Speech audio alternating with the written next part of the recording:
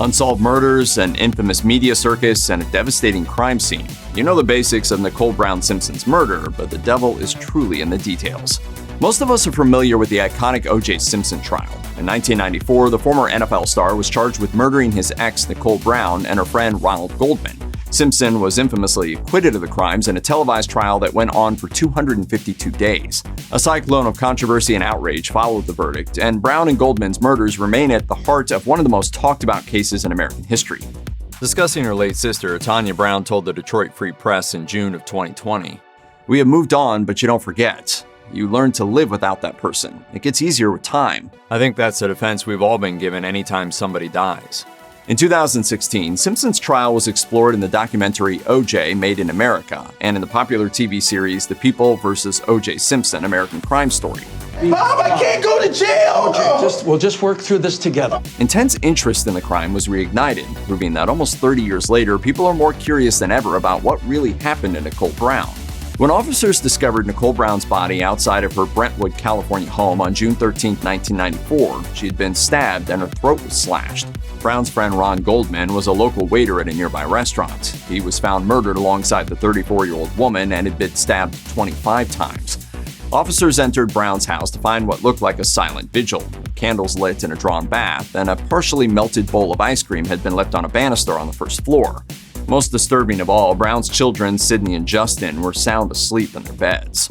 The crime scene was particularly disturbing due to the degree of violence that had taken place. Multiple puncture wounds were observed on Brown's neck and throughout the rest of her body. She had been stabbed a total of 12 times and had several lacerations across her scalp, face, neck, chest, and left hand. She had also been brutally beaten. Brown's body was found in a pool of blood beneath a small set of stairs leading to an outdoor walkway. Similarly, Ron Goldman had been beaten, cut, and stabbed in the neck, face, chest, abdomen, and thigh. His body was reportedly found in a small plot of soil beneath a fence surrounding the backyard. Witnesses reported having seen Brown's ex-husband O.J. Simpson at Mezzaluna, the restaurant where Goldman worked, earlier that night. After a shift, Goldman told coworkers that he was going to Nicole Brown's nearby residence to deliver a pair of sunglasses she'd left at the restaurant a few hours prior. Sadly, it would be the last time anyone ever saw him alive. Authorities searched the neighborhood for additional clues. They found Nicole Brown's white Akita wandering the streets with blood on its paws and a leash dangling from its neck.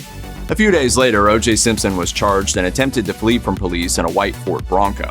The resulting chase became a televised spectacle broadcast to the entire country in real time.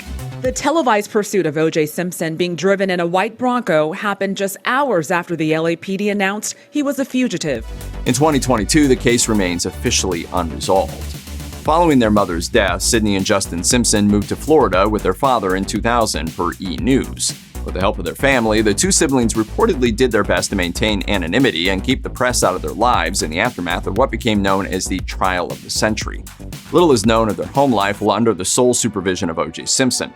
However, it was later confirmed that Sydney graduated from Boston University with a degree in sociology in the spring of 2010. She ultimately settled down in St. Petersburg, Florida, where she opened a property management company. Much like his sister, Justin Simpson is also a resident of St. Petersburg. He also opted for a career in real estate and has worked for both Coldwell Banker Homes and DHM Real Estate in recent years. Justin has developed an active social media presence dedicated to his business ventures, though he doesn't share anything about his personal life. If you or someone you know is dealing with domestic abuse, you can call the National Domestic Violence Hotline at 1-800-799-7233.